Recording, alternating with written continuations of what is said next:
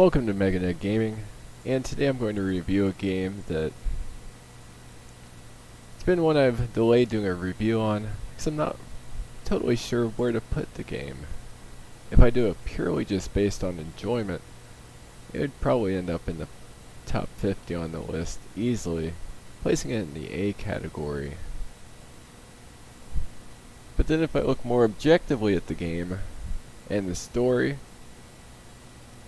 it would be downgraded quite a bit.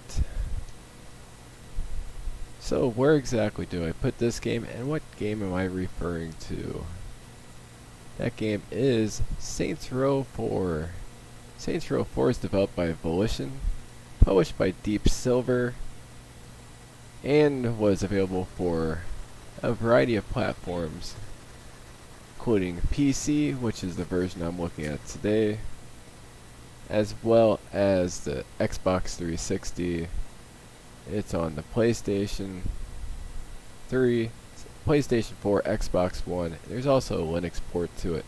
It's an action-adventure game with single and multiplayer, released August 20th of 2013. I'm going to go ahead and get this up and running, and hopefully this records alright. We've been having some issues with some of the more taxing games.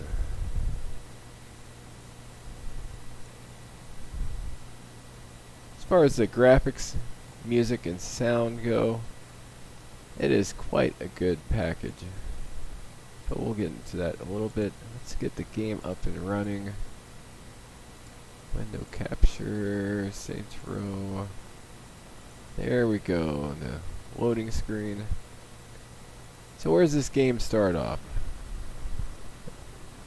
It starts off a few months after the events of Saints Row 3. You have Boss, Shondi, Pierce, Washington are called to assist MI6 agents Asha, Otakar, and former Deckers leader Matt Miller infiltrating a Middle Eastern compound. As a result of that, and preventing a nuclear strike, the boss kills Cyrus. Boss climbs aboard the nuke, disarms it before reaching Washington, or in adoration of America. So that's what happened beforehand. This takes place 5 years later, and you, the boss, the protagonist, has been elected President of the United States, and other members of the Saints are members of the cabinet. As a press conference is going on, there's an alien invasion, and that's where the story starts. This is an open world action game, has third-person shooter elements, and some sandbox elements as well. You can play this game by actually going through each mission in order and following the story, or you can just use it as a sandbox to blow off some steam. It's much like, it's not a GTA clone by any means, but it's definitely a game definitely a game that shares a lot in common with GTA. So I'll load up one of my earlier saves just to demonstrate. This game has a lot of special abilities, like being able to jump up buildings, run so fast that you end up wrecking cars and flipping them over. You have flying vehicles and all kinds of stuff. Now this is my beautiful character right here. This is the leader. She's got some facial tattoos that makes her look kind of like she's crying. Very bright red hair, and she's got a little bit of thickness to her. The environments look quite beautiful, and as far as controls go, it's very much optimized for consoles, but it's not so bad where it's not usable on a PC. Its keyboard and mouse controls actually work quite well. You just use the mouse wheel to change weapons, which is what you'd expect from a game like this. So here is demonstrating the burst run ability. So you can run around and do missions, or just do what I like to do, which is... There we go. See what we can do there. I showed them I showed them. And then you can just break into the car.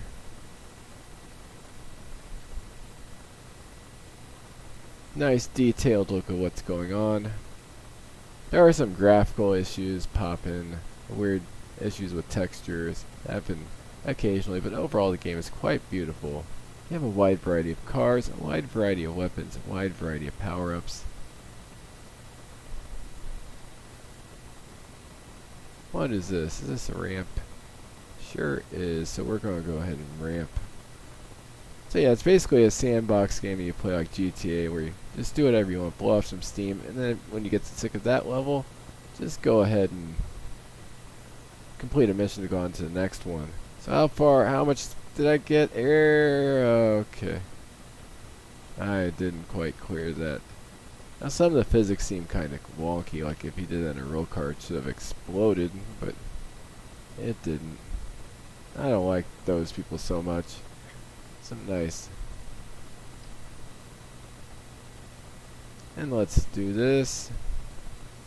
Now the missions themselves definitely vary quite a bit in quality, but the missions, there's more very good ones than there are very bad ones.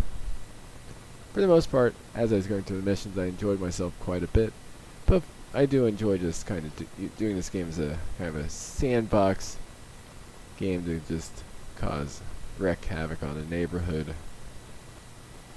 Like that. Oops, I flipped the car, I better get out of it. See you later. Now I'm probably gonna get the cops on me.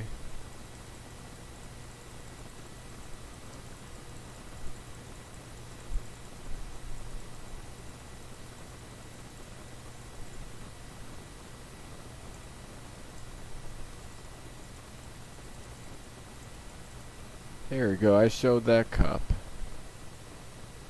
So yeah, the weapon variety is quite nice, as are all the different things you interact with in the environment. It's actually a extremely fun game. I haven't had this much fun with it. Oh, yeah, and the people sometimes actually fight back as they should. Never bring your fist to a gunfight though, everybody knows that.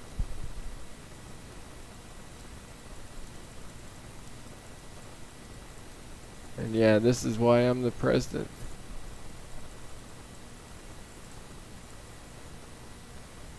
Trying to get away, I don't think so.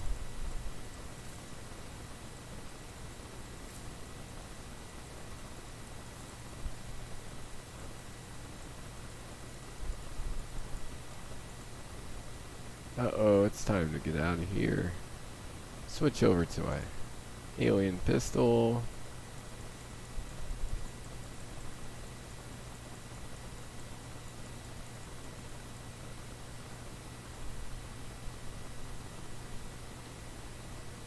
As usual, the motorcycles are a pain to try to ride. I don't know why motorcycles are always so terrible in games like this. They're always quite a wreck to try to drive. They're always too fast. Let's try this with a bit more caution.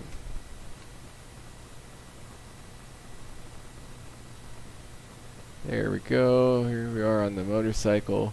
Just like Road Rash, except worse controls.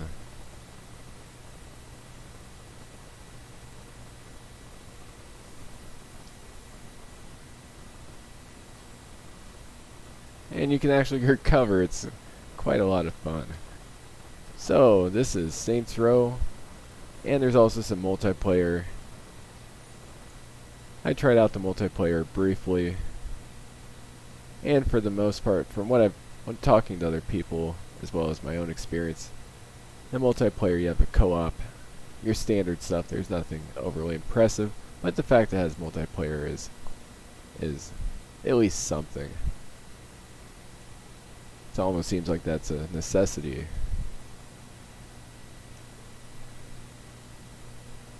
You also have some characters that reappear from previous Saints Row games, and from what little I know about the Saints Row series, as goofy and over the top as the story is, it seems to be at least relatively consistent, as consistent as you can be in a Mars Attack style game. And that's what this game is. It's GTA plus Mars Attack plus Saints Row taken to an extreme. And it's a huge amount of fun to play.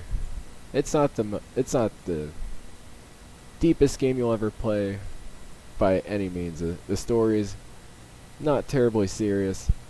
And you do have a weapon skill tree, you can upgrade your abilities. There are a lot of RPG like elements in this to add a little bit of player choice in what you're doing. You can also customize some of your vehicles. But for the most part, it's basically just a game where you can just goof around, have fun. And doing that, I don't think I've had this much fun playing a game in quite some time. So where do I put on the scoring, well, on the list? If it's just based purely on fun, this thing would get A. And the story, while completely ridiculous and kind of cheesy, actually fits this setting. The different locations look beautiful. You don't have this. There is some reuse of assets, but not a whole lot. You really have to look for reused assets. A lot of that's just like people on the street and whatnot. The towns actually look like legitimate towns.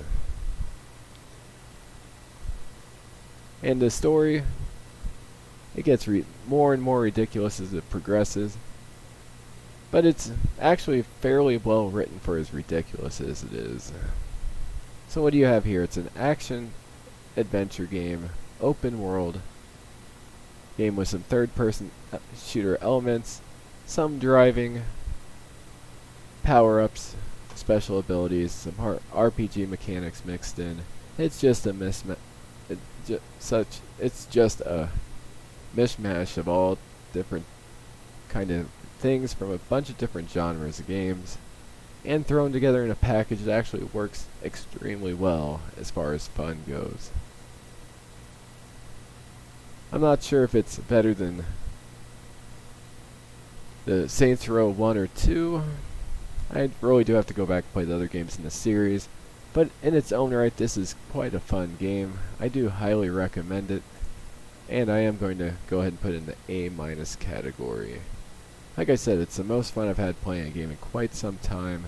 You get a lot of freedom of choice. There's a lot of things you can do in the environment. And you can do a lot of things customizing your weapons.